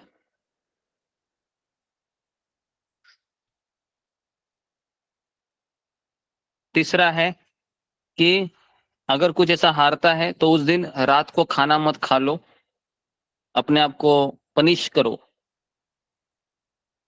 अपने मन को पनिश करो, रात को खाना मत खा लो।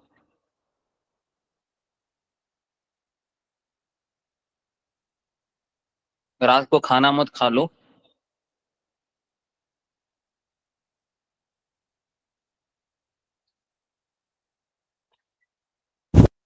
चौथा है भगवत गीता पढ़ो। अगर ऐसा हार जाते हो तो भगवत गीता का आश्रय ले लो। भगवत गीता का आश्रय लो। और पांचवा है मार्गदर्शन लो। अगर कुछ हमारे ऊपर अगर हम निराश होते हैं तो मार्गदर्शन लो। गुरु जी, यहाँ हो सकता है गुरु का मार्गदर्शन। हाँ, गुरु का मार्गदर्शन जी, मार्गदर्शन लीजिए। ओके जी, क्लियर है? ओके जी, कितने लोगों की ये बात क्लियर है कि अगर मैं हार गया तो मुझे क्या करना है? क्लियर है जी? हार गया तो मुझे क्या करना है, ये क्लियर होना चाहिए, क्योंकि हम रोज हारेंगे। आज नहीं हारा तो कल हारूंगा, क्योंकि माया हमसे पावरफुल है ना। मम माया दुरत्यया, कृष्ण कहते हैं गीता में कि दैवी हेषा गुणमयी मम माया दुरत्यया। दुरत्यया मतलब इसको पार करना बहुत कठिन है। जैसा अभी अभी किसी ने कहा ना कि ये मोह माया और नींद, ये बहुत बड़ा है ना, भक्ति में ये है, प्रॉब्लम है, समस्या है ना। तो मैंने कहा नींद ज्यादा नहीं है, लेकिन मोह माया का अर्थ है हमारी आसक्ति घर के वस्तु के प्रति, घर वालों के प्रति। जी गुरु जी, हरे कृष्णा, एक चीज कहना था कि जैसे अपने मन को सजा देना, मतलब किस प्रकार का सजा देना गुरु जी? हरे कृष्णा। सजा देना मतलब जैसे मैंने कहा रात को खाना नहीं खाना है, या फिर ऐसा कुछ वाव लेना कि एक हफ्ता में स्वीट ही नहीं खाऊंगा अभी, है ना, मैं मेरे मन को पनिश करूंगा, है ना। तो इस तरीके से, क्योंकि हम और हमारा मन दोनों अलग है। तो मैं कई बार मन कहता को हूँ कि ज्यादा, गुरु जी, जो मन को ज्यादा पसंद हो उसको न करना। हाँ, लेकिन आप कहना तो बहुत आसान है, लेकिन ऐसा नहीं है कि मेरे मन में कुछ बात आई और मैं उसको तुरंत मना करूं। जितना आप मना करोगे ना, उतना वो और हावी हो जाता है मन। ये कितने लोगों ने इसको अनुभव किया है कि जितना मैं मन को मना करूं और हावी हो जाता है मेरे ऊपर, दुगना आता है एकदम। और फिर तो मैं सरेंडर हो जाता हूँ, बस हो गया अभी। होता है ऐसे, ऐसे भी होता है ना कि बराबर है। जितना मैं मना करूं, है ना, वहां मत देखो, तो फिर हम बोलेंगे नहीं देखेंगे, नहीं देखेंगे, नहीं देखेंगे, नहीं देखेंगे, और हम वही सोचते रहते हैं, नहीं देखेंगे, नहीं देखेंगे, और फिर मन कहता है अब भी तो तुमको देखना ही पड़ेगा, और फिर हम, है ना, हार जाते हैं। ठीक है, तो इस तरीके से ये चलता रहेगा। तो इसलिए इससे हमारे भक्ति में एक सबसे बड़ा फायदा ये होता है कि हम विनम्र बने रहते हैं। बराबर है, हम विनम्रता हम में आती है, क्योंकि हमको पता चलता है मैं कौन हूँ, मैं कितना पतित हूँ, मैं कितना, क्या बोल सकते, अयोग्य हूँ, कितना गिरा हुआ हूँ। बराबर है ना, इसमें एक फायदा भी है ना, कि मैं कितना अयोग्य हूँ, मैं कितना पतित हूँ, मैं कितना नालायक हूँ।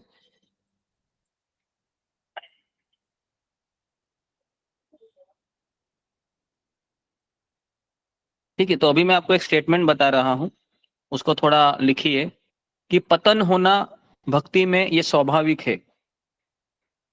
लिखिए, भक्ति में पतन होना ये स्वाभाविक है। भक्ति में पतन होना ये स्वाभाविक है, लेकिन पतन होने के बाद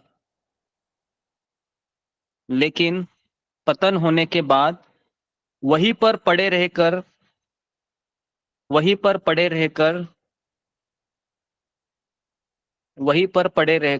ऊपर न उठना ये गलत है। वहीं पर पड़े रहकर ऊपर न उठना ये गलत है। ठीक है, कितने लोगों को ये बात समझ में आ गई? फिंगर को रेज कीजिए। ये जो मैंने अभी कही कि पतन होना भक्ति में स्वाभाविक है, हम सब ने इसका अनुभव किया है ना। कोई यहाँ पर ऐसा कोई व्यक्ति है जो गुस्सा ही नहीं किया है? 1 हफ्ता हो गया, 15 दिन हो गया, कोई है यहाँ पर ऐसे गुस्सा ही नहीं किया है, कितना भी कुछ हो घर में? या फिर उसको उसके ऊपर कोई लस्ट का अटैक ही नहीं आया, काम का अटैक ही नहीं हुआ, या उसके ऊपर लोभ का अटैक ही नहीं हुआ? ऐसा कोई नहीं है। या ईर्ष्या का अटैक नहीं हुआ उसके ऊपर, है ना। सब लोग हैं इन असुरों से रोज लड़ते रहते हैं और हार जाते हैं। तो इसके लिए पतन होना स्वाभाविक है, लेकिन पतन होने के बाद वहीं पर पड़े रहना कि मैं ऐसा ही हूं, मैं भक्ति नहीं करूंगा अभी, बस हो गया, कृष्ण भक्ति में कोई दम नहीं है, मैं इतना नालायक होकर भी मुझे कृष्ण भक्ति सुधार नहीं सकी, कृष्ण में दम ही नहीं है, ये हो गया गलत बात। ठीक है, सबको बात समझ में आ रही है? तो आप अपने शब्दों में इसको लिखिए। 1 मिनट देता हूं मैं आपको, क्योंकि ये बहुत इंपॉर्टेंट क्वेश्चन है कि हार जाने के बाद मुझे क्या करना है।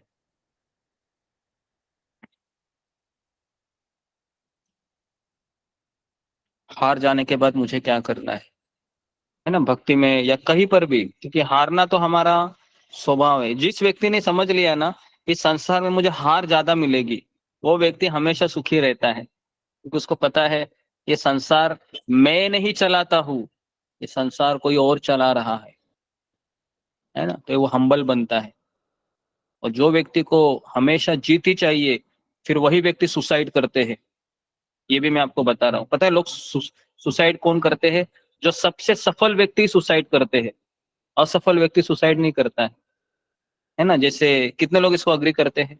फिंगर को रेज कीजिए।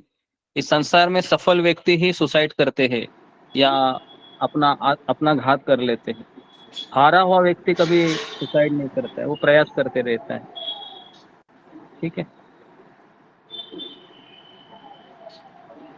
जी। अभय यादव कुछ कहना है? हाँ, आपका माइक बंद है। हरे कृष्णा प्रभु जी। तो जी यहाँ पर जैसे आपने बताया कि एक हमेशा हारा हुआ व्यक्ति मतलब कभी सुसाइड नहीं करता है, मतलब जो हमेशा ऊंचा उठना चाहता है वो अगर एक बार भी हार मान लेता है तो वो सुसाइड कर लेता है। तो मगर अक्सर तो मैंने ये सुना है प्रभु जी कि जैसे अभी आईटीडी का भी जो मतलब एग्जाम दे रहे थे जो बच्चे गुड़गांव में या कोटा में, तो वो लोगों ने मतलब इतना अच्छे से पढ़ाई की, सब कुछ किया, पढ़ते हुए आए, मगर रिजल्ट में वो फेल हो गए तो उन्होंने सुसाइड कर लिया। तो इससे हम इसको कैसे समझें? ओके, तो मैं इसका एक स्टोरी सुना रहा हूँ, ध्यानपूर्वक सुनिए। एक बच्चे ने आईआईटी में एडमिशन लिया था। वो हमेशा फर्स्ट आता था, है ना, 10वीं में, 10वीं 12वीं तक फर्स्ट आया हो, और 12वीं को उसको अच्छे मार्क्स मिले और उसने आईआईटी में एडमिशन लिया। तो अपनी जिंदगी में उसने कभी हार का उसने कभी नशा नहीं चखा था, कभी हारा नहीं था जिंदगी में। तो आईआईटी में जब उसने एडमिशन लिया तो वह तीसरे नंबर से उत्तीर्ण हुआ, फेल नहीं हुआ, वो तीसरे नंबर से उत्तीर्ण हुआ। उसका रैंक 3 आया, लेकिन उसको बर्दाश्त नहीं हो पाया और उसने सुसाइड किया। ये ट्रू स्टोरी बता रहा हूं मैं आपको। तो जो लोग हारते हैं ना, जैसा भी आपने कहा, तो पहले वो हमेशा जीतते भी होंगे, है ना, पहले वो हमेशा जीतते भी होंगे। तो इसके लिए फिर उनको वह बहुत ही सदमा पहुंचता है उनको अपने दिमाग पर, है ना। जैसे एक हॉलीवुड की एक्ट्रेस थी, उसने देखा अपने आईने में कि मेरा एक बाल पक गया है, तो उसको इतना इतना उसने टेंशन लिया कि उसको लगा कि अभी मैं बूढ़ी हो जाऊंगी, दुनिया के लोग मुझे नहीं देखेंगे। तो इस थॉट से उसने सुसाइड किया, आई बात समझ में? तो यस सर। आप समझ सकते हैं कि लोग कितने नैराश्य में चले जाते हैं। तो इसलिए ये भगवत गीता का ज्ञान बहुत जरूरी है, जो हम यहाँ पर आपको पढ़ा रहे हैं ना, बता रहे हैं। ये ज्ञान जिंदगी में एक हमको सुखी बना सकता है, क्योंकि हमको पता है हम हारने वाले हैं, क्योंकि दुनिया को मैं नहीं चला रहा हूँ, भगवान चला रहे हैं। तो मैं हारूंगी, लेकिन मुझे निराश नहीं होना है, मुझे भगवान का आश्रय लेकर ऊपर उठना है ना। और अगर मैं जीत गया, जैसा कि आपने माइकल जैक्सन का नाम सुना होगा, कितने लोगों ने माइकल जैक्सन का नाम सुना है अपने? हाँ, सबने सुना होगा। वेरी फेमस पर्सनालिटी, है ना। इतना फेमस था, इतना फेमस था, बाप रे, है ना। मैंने उसके 2-3 वीडियो देखे हाल ही में, तो ऐसा लग रहा था कि वो भगवान ही है एक तरीके से। पता है, पूरी दुनिया के लोग उसकी वाह वाह करते थे। पूरा एकदम चींटी के माफिक लोग वहां पर आते थे उसका डांस देखने के लिए। क्या वो गाता था तो लोग एकदम मंत्रमुग्ध हो जाते थे, पागल हो जाते थे। समझ में आ रहा है? लेकिन बेचारे के पास ये ज्ञान ही नहीं था कि मैं शरीर नहीं, मैं आत्मा हूँ, है ना। तो इसके लिए उसने इतने प्लास्टिक सर्जरी करवाए, इतने प्लास्टिक सर्जरी किए उसने। किसके लिए? ताकि मैं, है ना, मेरे, क्योंकि उसके पिताजी कहते थे कि तुम्हारा नाक बहुत गंदा है, तुम खूबसूरत नहीं हो। तो बचपन में ही उसके मन में सब आ गया कि मैं खूबसूरत नहीं हूँ, मेरा नाक गंदा है। तो उसने इतने प्लास्टिक सर्जरी किए, क्योंकि वो कहता था कि जब भी मैं आईने में देखता हूँ तो मुझे मेरे पिताजी के शब्द याद आते थे, है ना। तो इतना सफल व्यक्ति भी, है ना, इस तरीके से मरा कि वह, नींद नहीं उसको आ रही थी, नींद के इंजेक्शन लिए उसने, काफी नशे के इंजेक्शन लिए, और फिर, है ना, मर गया वो, है ना। 48, 49, 49 साल में वो मर गया। हालांकि वो हमेशा 100 साल जीने की इच्छा करता था। तो कहने का अर्थ है कि सफल व्यक्ति होता है ना, लेकिन मैंने उसका कैरेक्टर देखा, he is a very nice person. Michael Jackson, कभी उसने कोई गलत चीजें नहीं की। उसके ऊपर इसका भी इल्जाम आया था, चाइल्ड अब्यूज का, लेकिन वो भी है ना, प्रूव नहीं हो पाया माइकल जैक्सन। तो हालांकि सब कुछ था उसके पास, लेकिन उसको गुरु नहीं मिले कोई, या फिर उसको भगवत गीता नहीं मिली, कोई पढ़ाने वाला व्यक्ति नहीं मिला, नहीं तो आज भी वो जीवित रहता था। क्योंकि वो अंदर से टूट गया था, वो बिल्कुल टूट गया था अंदर से, पूरा एकदम डिप्रेशन में जाता था, है ना। क्योंकि लोग उसको अजीब तरीके से फिर सोचने लगे कि ये इतना प्लास्टिक सर्जरी क्यों करता है ना। और फिर उसके ऊपर चाइल्ड अब्यूज केस हो गई थी 2 बार, है ना। बहुत कुछ हो गया उसके साथ। कहने का अर्थ है कि सफल व्यक्ति की भी एक ट्रेजेडी होती है, उसका भी एक अपना जीवन होता है ना। तो इसके लिए हमें ये भगवत गीता का ज्ञान बहुत जरूरी है, चाहे आप कोई भी हो, आमिर हो, गरीब हो, स्त्री हो, पुरुष हो, मिडिल क्लास के हो, हाई क्लास के हो, पीएचडी हो, इलिटरेट हो, गोरे हो, काले हो, कोई फर्क नहीं पड़ता है। ये ज्ञान सबको कंपलसरी है। और जिस जिस व्यक्ति को ये पता चला है ये ज्ञान ही मुझे सरवाइव कर रहा है, तो वो जिंदगी का सबसे खुशनसीब व्यक्ति है कि एटलीस्ट उसको पता तो चला कि मैं क्यों जी रहा हूँ, कौन मुझे जिला रहा है। ठीक है, क्लियर है सबको? ये चीज मैंने एक उदाहरण देकर भी आपको बताई, है ना जी। जी, तो यहाँ पर किसी का कुछ प्रश्न है? फिर मैं आगे बढ़ता हूँ। कुछ प्रश्न है, कुछ पूछना है? जी, ओके जी। अशोक चावला प्रभु। गुरुजी, जहां तक सेल्फ कंट्रोल का क्वेश्चन है, हाँ, कि इसमें जो दीक्षा होती है तो ये बड़ा काम करती है गुरुजी। उससे एक सर्टिफिकेट मिलता है, एक उससे मिलता है, एक सेंस ऑफ रिस्पॉन्सिबिलिटी आती है कि मैंने ये गलत काम नहीं करना, क्योंकि मैं दीक्षित हूँ, मैं गुरु के अगेंस्ट नहीं जाऊंगा, भगवान कृष्ण के अगेंस्ट नहीं जाऊंगा। तो थोड़ा उसका रास्ता आसान नहीं हो जाता? जी, ये बात भी आपने सही कही कि हम जब जैसे आप दीक्षा लेने की बात की ना आपने, या फिर कुछ कमिटमेंट लेने की बात की। जी, वो दीक्षा ही होती है, जो दीक्षा के ऊपर आपको सर्टिफिकेट मिलता है, दीक्षित भक्त है ना, तो मैंने ये गलत काम नहीं करना क्योंकि मैं दीक्षित हाँ, भक्त हूँ।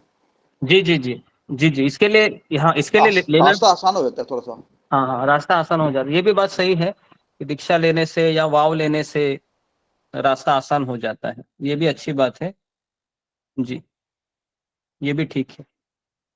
और किसी का प्रश्न है? सात्विक वर्मा। हरे कृष्णा गुरु जी, दंडवत प्रणाम। गुरु जी, मेरे प्रश्न है कि जैसे जो लोगों की ईगो हर्ट होती है, जैसे हम देखते हैं, जैसे मेरे साथ भी ऐसा होता है कि जैसे अगर कोई ऐसी सिचुएशन है जिसमें मैं सोचता हूँ कि जैसे मुझे ये नहीं मिला, तो कभी कभी ईगो भी हर्ट हो जाती है। तो उस समय क्या करना चाहिए? जैसे अगर उस समय हो कि मुझे मिलना चाहिए था पर मिला नहीं, तो बहुत ठेस पहुंचता है कि यार ये क्या हो, तो हमें उस समय क्या करना चाहिए? पहले तो समझना चाहिए कि मैं दुनिया को नहीं चला रहा हूँ, है ना। मैंने अभी अभी तो कहा कि हम हारेंगे क्यों? क्योंकि हम भौतिक प्रकृति से हम कभी जीत नहीं सकते, हम हमेशा हारेंगे। और जो व्यक्ति हारना सीख गया है तो वह व्यक्ति हमेशा विनम्र रहेगा और कृष्ण का आश्रय लेगा। और अगर हम जीतने लगे तो फिर हम अहंकारी हो जाएंगे। तो इसके लिए एक भक्त को हमेशा समझना चाहिए कि मैं हार रहा हूँ, मतलब मेरे अंदर बहुत कमी है, मेरे अंदर बहुत अनर्थ है, तो कृष्ण मुझे कह रहे हैं कि तुम सत्संग का आश्रय लो, तुम मेरा आश्रय लो। तो इस तरीके से हमें समझना चाहिए, उसमें ईगो हट वगैरह कुछ नहीं होना चाहिए अगर हम भक्त हैं तो। ठीक है। और पद्मा पराशर। हरे कृष्णा गुरु जी, दंडवत प्रणाम। बहुत बार हमारी ऐसी इच्छाएं होती है जिनका जो बुरा प्रभाव है, हमको पता होता है कि अगर ये इच्छा मैं पूरी करूंगा तो ये चीज गलत होगी, हमको पता है, लेकिन फिर भी हमारे मन में उस इच्छा को पूरी करने का विचार क्यों आता है? ऐसा क्यों होता है? हाँ, तो ये मैंने वापस कह रहा हूँ कि अगर हम शुद्ध भक्त भी बनेंगे तो क्या हमारे मन में मजा करने की इच्छाएं नहीं आएगी? तो इसका उत्तर मैंने पहले भी बताया था कि अगर हम शुद्ध भक्त भी बन गए तो भी हमारे अंदर इच्छाएं आएंगी, लेकिन हमारा विल पावर इतना स्ट्रांग होगा उस समय कि हम उसको आसानी से मना करेंगे। लेकिन अभी हमारा प्रॉब्लम क्या है कि हम आसानी से मना कर सकते हैं क्या? नहीं। अभी हम कृष्ण को मना करेंगे उल्टा, बराबर है, लेकिन उसको हाँ करेंगे। तो अभी हमारी ये सिचुएशन है। तो इसके लिए धीरे धीरे धीरे धीरे ये होता है कि हम माया को ना कहेंगे और कृष्ण को हाँ करेंगे। ठीक है, तो इसके लिए समय लगेगा इसको। ठीक है, और मैं आगे पढ़ूं जी? तो और मैं आगे पढ़ता हूं। हाँ, तो अगला प्रश्न लिखिए। अगला प्रश्न लिखिए।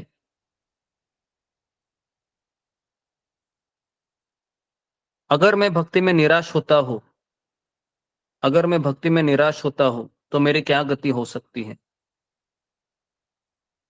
अगर मैं भक्ति में निराश होता हूं तो मेरी क्या गति हो सकती है? जी जी, इसका उत्तर कौन देना चाहेगा? फिंगर को रेस कीजिए।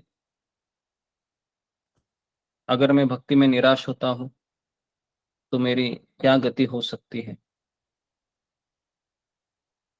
जी बताइए। जी अभय यादव। जी तो जी, हरे कृष्ण भाई। तो जैसे पहले आपने बताया भी था कि अगर हम भक्ति अगर हम कर रहे हैं, अगर हम जैसे उसमें निराश हो जाते हैं, जैसे भी आपने बताया कि माया इतनी प्रबल है कि हम हारेंगे ही हारेंगे, तो हमें मतलब एक तरह से माया से एक तरह से हम युद्ध ही कर रहे हैं।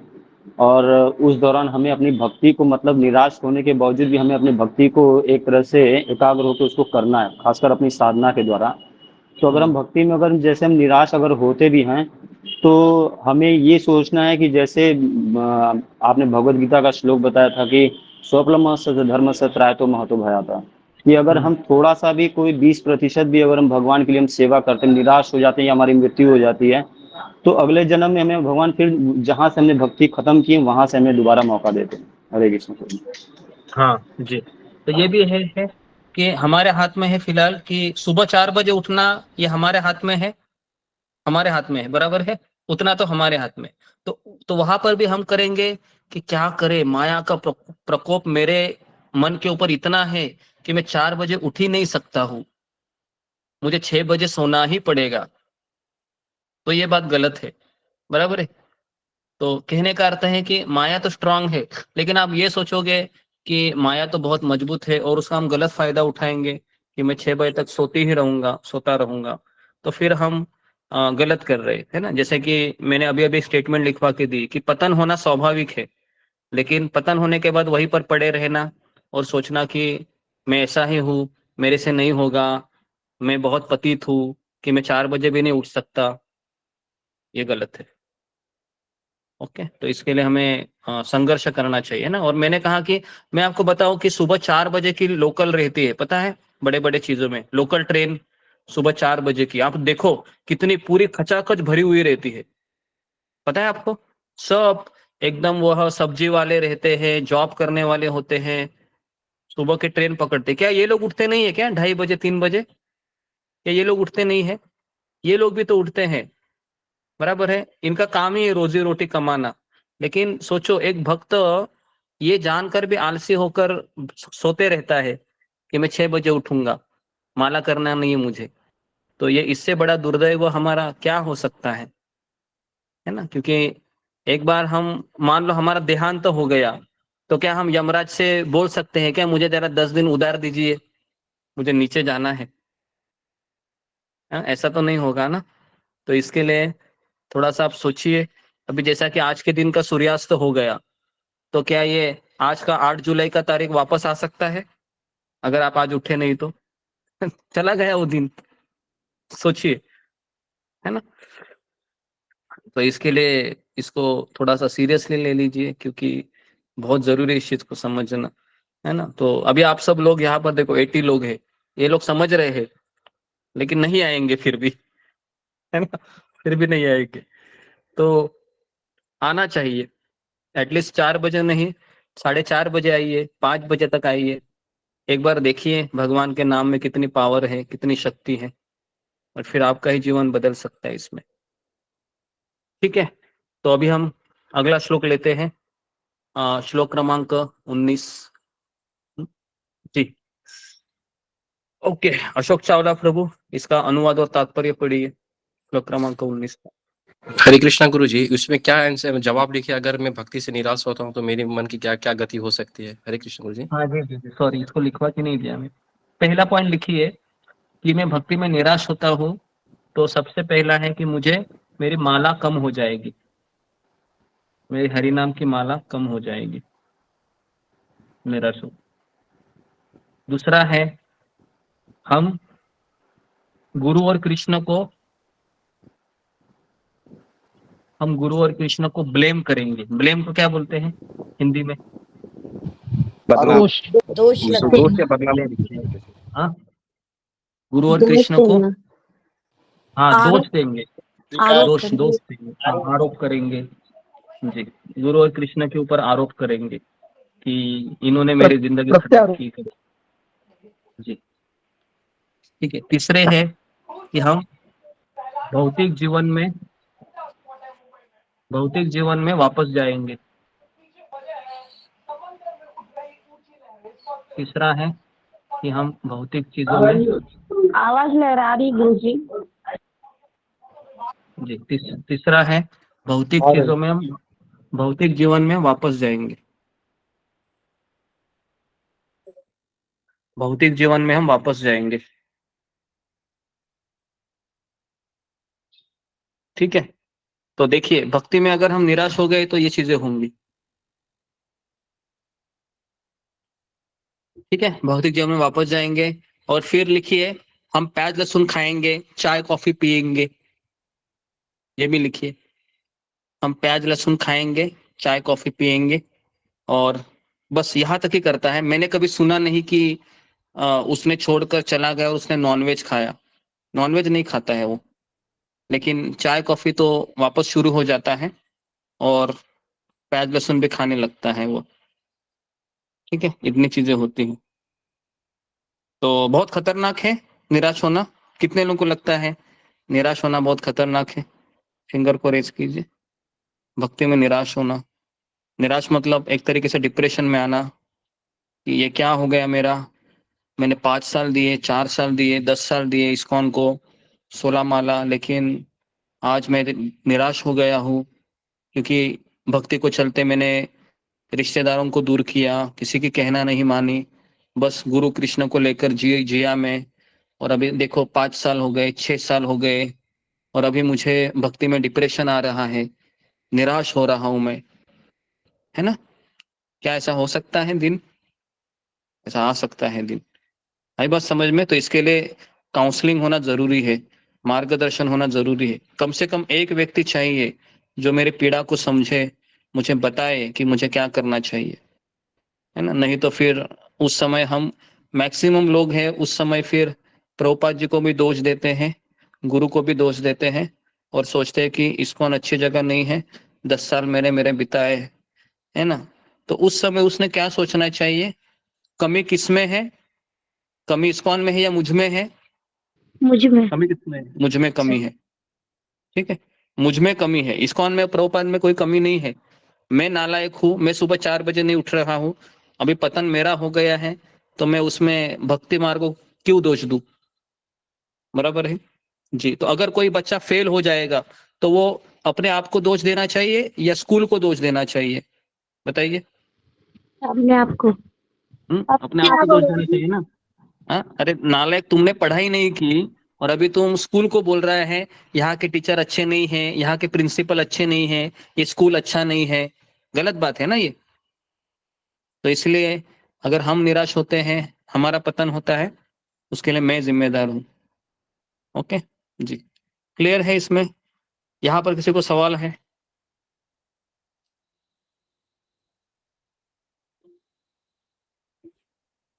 ओके, क्लियर है चीजें जी। तो जी 4:30 हो गए हैं जी। तो क्या क्या चर्चा की आज हमने? कितने सवाल लिए थे? फिंगर को रेज कीजिए जी। क्या लिखा है सावित्री नेगी? हरे कृष्णा गुरुजी, धन्यवाद प्रणाम। शुरू से पढ़ूं गुरुजी? हाँ, कितने सवाल लिखे हैं वो पहले सवाल ही पढ़ो। किसी व्यक्ति के लिए इस संसार में कोई कर्तव्य नहीं है। जो व्यक्ति आत्मा में आनंद नहीं लेता, पहला पॉइंट। दूसरा पॉइंट, जिसकी आत्मा साक्षात्कार से युक्त है, जो अपने में पूर्ण संतुष्ट है।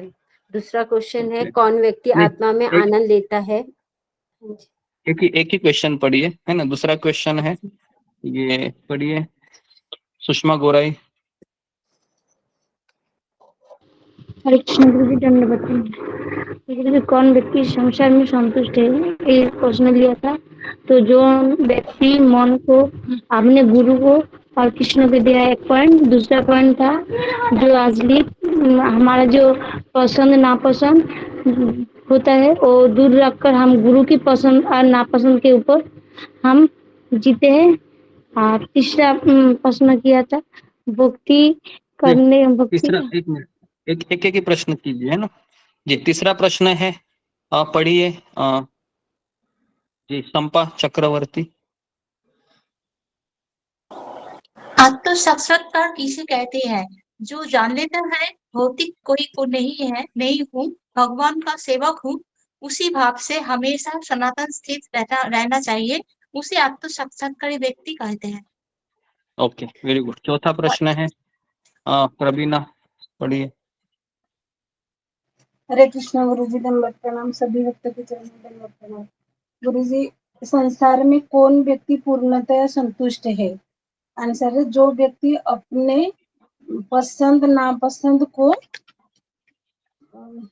छोड़कर गुरु और कृष्ण की पसंद और नापसंद को ध्यान रखता है, वो पूर्णतः संतुष्ट है। हरे ओके कृष्ण जी। ओके, 5वां सवाल है, पढ़िए रिंकी बंधन।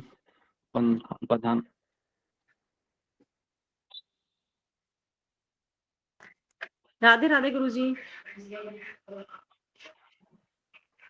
हेलो। हाँ जी जी, बोलिए। हाँ जी गुरुजी, क्या कह रहे थे आप? थोड़ा सा बिजी हो गई थी मैं। आकाशवाणी हो गई जी। 5वां सवाल पढ़िए। 5वां सवाल, गुरु का मार्गदर्शन। ये गुरुजी कौन सा वाला बोल रहे हैं आप?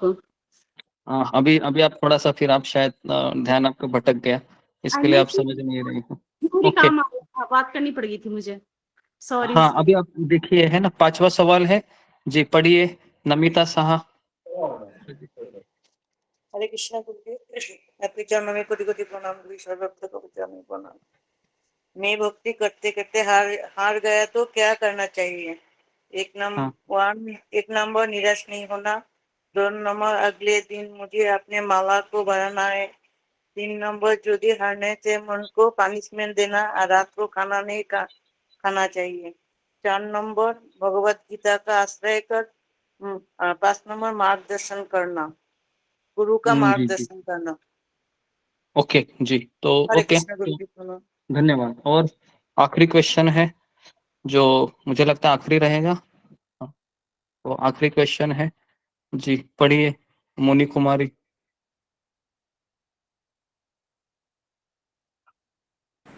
हरे कृष्णा गुरु जी, धन्यवाद प्रणाम।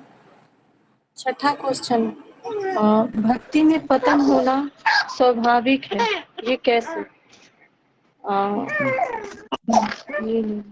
ये आखिरी बच्चा रो क्वेश्चन। रहा है, तुम्हारा बच्चे को संभालो, रो रहा है जी, उसको संभालो।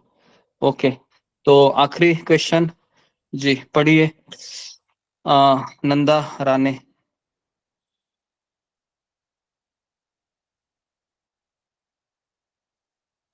या फिर